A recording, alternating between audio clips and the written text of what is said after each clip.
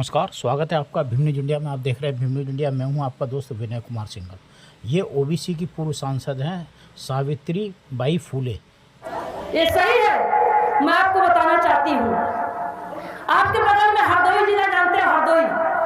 हरदोई जिला के राजा थे हिरण्यकश्यप। हरदोई जिला के राजा थे हिरण्यकश्यप। वो कौन बिरादरी के थे? वो अनुसूचित जाति के थे, हमारे आपकी बिरादरी के थे, अनुसूचित जाति के थे हिरण्यकश्यप। और वो राजा हुआ करते थे। उनके राज्य में गरीब कमजोर गरीब था ही नहीं, सभी लोग बराबरी में रहा करते थे। और कुछ शरारती यही ब्राह्मण समाज के लोग उनके राज्य में पनपने नहीं पाते थे, वो हिलने नहीं पाते थे। इनको लगा कि साजिश के तहत हिरण्यकश्यप को कैसे प्राप्त किया जाए, लेकिन वो राजा था, हिरण्यकश्यप राजा थे, हमारे आपकी बिरादरी के थे। उनको प्राप्त करने के लिए ब्राह्मणों ने बहुत बड़ी छल करी और छल के साथ क्या किया कि हिरण्यकश्यप का एक ही लड़का था प्रहलाद। हिरण्यकश्यप का एक ही लड़का था प्रहलाद, और प्रहलाद को उन्होंने फोड़ लिया।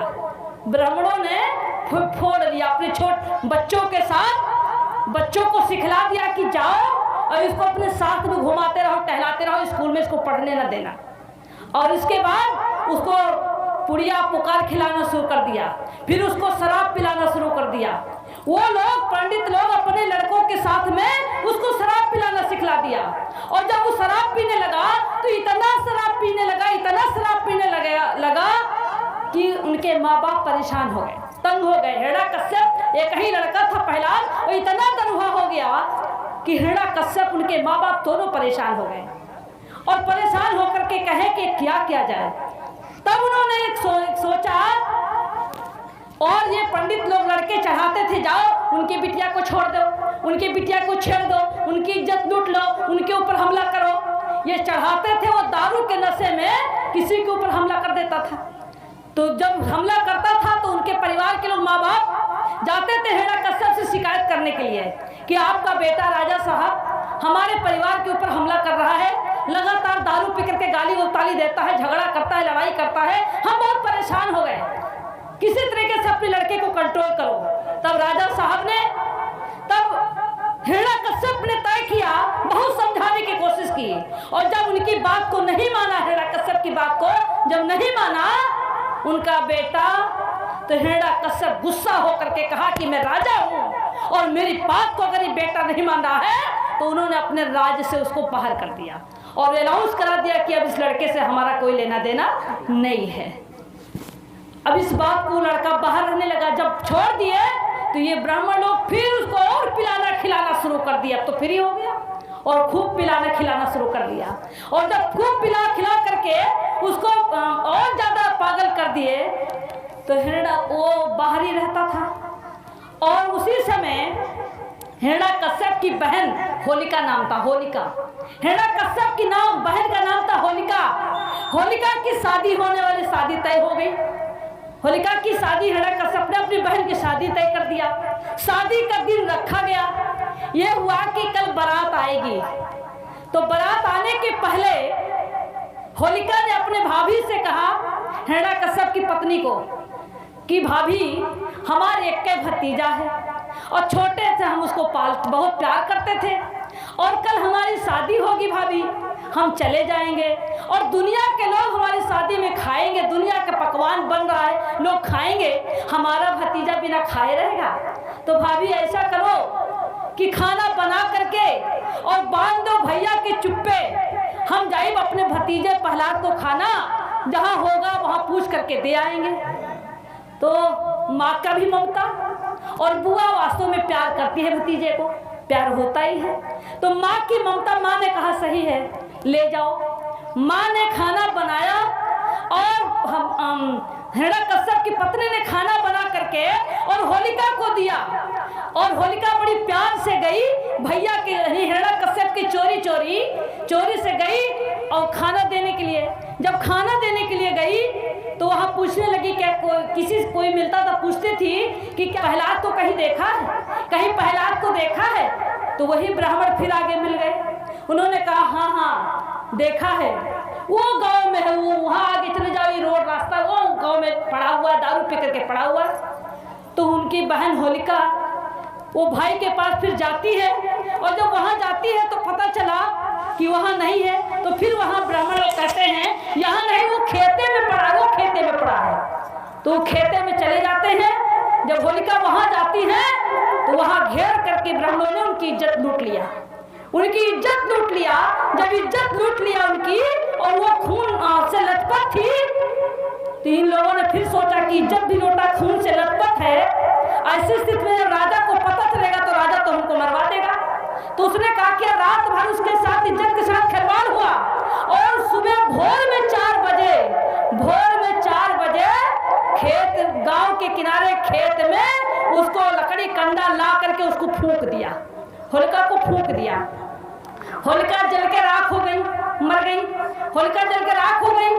और सुबह जब हुआ तो होलिका की बारात आनी थी, और होलिका घर में है नहीं। हिरण्यकश्यप राजा की पत्नी भी परेशान हुई, कहें कि अरे रात के गई थी खाना देने, काफी देर पहले दिन ही में गई थी, रात भर बीत गया, अभी तक नहीं आई, बारात आने वाली है। हिरण्यकश्यप जाके हिरण्यकश्यप से बताती है अपने पति को कि होलिका गई थी खाना देने अपने भतीजे को प्रहलाद को, पता नहीं कहाँ रह गई।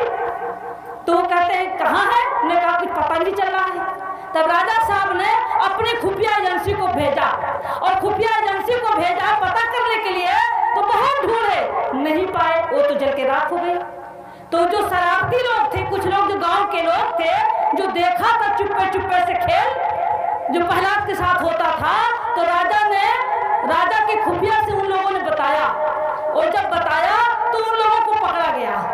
उन लोगों को पकड़ लिए जिन लोगों ने मारा था होलिका को, इज्जत को लूटा था, मारा था, उन लोगों को पकड़ लिया। और पकड़ने के बाद उसने पूछा कैसे घटना क्या हुई।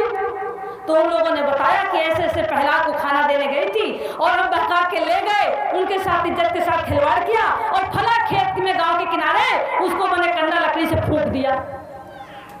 तब राजा को आक्रोश आया, और राजा को जब आक्रोश आया तो राजा ने उन 5 लोगों को अपनी तलवार की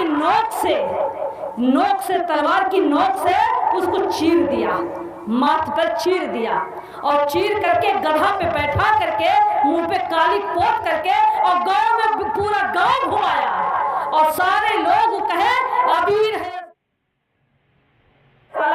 अबीर मतलब इसमें वीरता नहीं, एक कायर है, ये धोखा से हमारी बहन बेटी को मार डाला, इसने इज्जत को लूट लिया, इसको धोखे से मार दिया। तब से अबीर लोग लगाते माथे में ना, अबीर के मतलब क्या? अबीर मतलब ये में वीरता नहीं है, ये धोखे से, पीछे से धोखा किया, धोखे से मार दिया, तब से लोग उसको अबीर लगाते हैं, तब उसका नाम पड़ा अबीर। और तभी से लोगों ने कीचड़ से, मिट्टी से, जिधर वो जाता था लड़के खूब मारते थे, कीचड़ फेंकते थे। इसके बाद इधर हिरण्यकश्यप की पत्नी और उनकी माँ, उनकी बहन, गांव के पड़ोसी, सुबह भोर जब पता चलता है तो महिलाएं सब जाती हैं धूल का बुतारे करती, होलिका माता बहनी हमार होली खेल आई हो। महिला गाती है ना, बुझाती है पानी लेकर के, और गाती है कि होली माता बहनी हमार, हम होली खेलन आए हो। नहीं, वो गाती नहीं, वो रोती है, वो राखी को टोती हैं, ढूंढती हैं कि कहाँ इसमें हड्डी बची है कि नहीं, और कह करके रोती, होली बहनी तू कहाँ चली आई, कहाँ आएगी, धोखे से तुमको मार दिए। और मरने के बाद समाज के लोग भी इकट्ठा होते हैं, और इकट्ठा होकर के कहते हैं कि हमारे समाज के साथ कुछ समाज को इकट्ठा करके और समाज को सही रास्ते पर वो कहते हैं अत्याचार करने वाले हैं, इसका हमें विरोध करना है। और उन्होंने विरोध करने के लिए समाज के लोग इकट्ठा, हर मोहल्ले में, हर गांव में इकट्ठा होकर के उसका विरोध करते हैं। और विरोध करने के बाद इन ब्राह्मणवादी व्यवस्था के लोगों ने होली का त्योहार बना दिया, और त्योहार बना करके हमारे लोग बड़े शौक से होली खेलते हैं। हमारे लोग गुजिया खाते, हमारी माँ बहन की हत्या हो, हमारे माँ बहन की इज्जत लूटी गई हो, हमारे बहन के साथ शोषण हुआ हो, और इधर लोग खुशी में गुजिया रंग खेलते, त्योहार मनाते हैं। तुम्हारी हार, त्योहार के मतलब तुम्हारी हार, ये त्योहार हमारे लिए नहीं है। इसलिए भाइयों बहनों, हमको ये होली का त्योहार नहीं मनाना चाहिए। लेकिन हमारे लोग मानेंगे नहीं।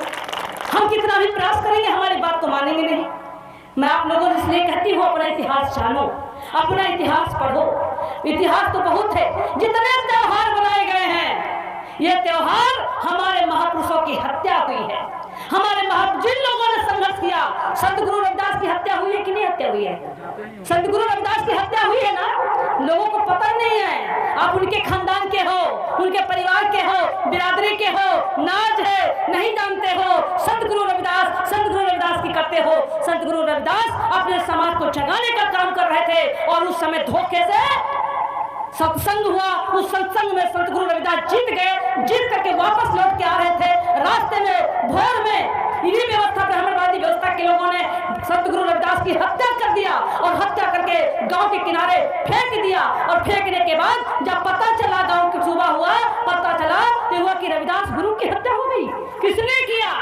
तो फला लोगों ने किया। उनका भी अपमानित हुआ और इसके बाद वही लोगों ने त्योहार बना दिया। कौन त्योहार? ढिठवन के त्योहार। इस्सर आवे दलिदर जाए, इस्सर आवे दलिदर जाए। जो भोर में हमारी माँ बहनें गन्ना से और लहरा के डंडा से जो रोज सवेरे सूप बजाती है ना भोर में, वो उसी समय हुआ था।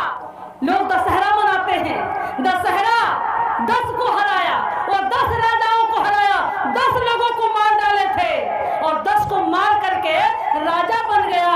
उसको लोग दशहरा मनाते हैं। क्या पिता बुजुर्गों, भाइयों, आपने इतिहास को जानो, अपने अधिकार की लड़ाई लड़ो। हमारे महापुरुष बाबा साहब हैं। बाबा साहब डॉक्टर भीमराव अंबेडकर जी न होते तो कोरी चमार पासी सांसद विधायक होते? कहीं मिलता है? नहीं मिलते। ये कोरी चमार पासी खटीक धोबी अहीर सोनार लोहार कहार निषाद कांदू कलवार जो नौकरी कर रहे हैं, जो मुसलमान जो नौकरी कर रहे हैं, किसके बदौलत कर रहे हैं? ये किसके बदौलत कर रहे हैं? ये हमारे आपकी बदौलत नहीं है, बाबा साहब डॉक्टर भीमराव अंबेडकर जी के बदौलत कर रहे हैं। आज कोरी चमार पासी खट्टी को मुसलमान से लड़ाया जा रहा है। आप देख रहे थे भीम न्यूज़ इंडिया की रिपोर्ट।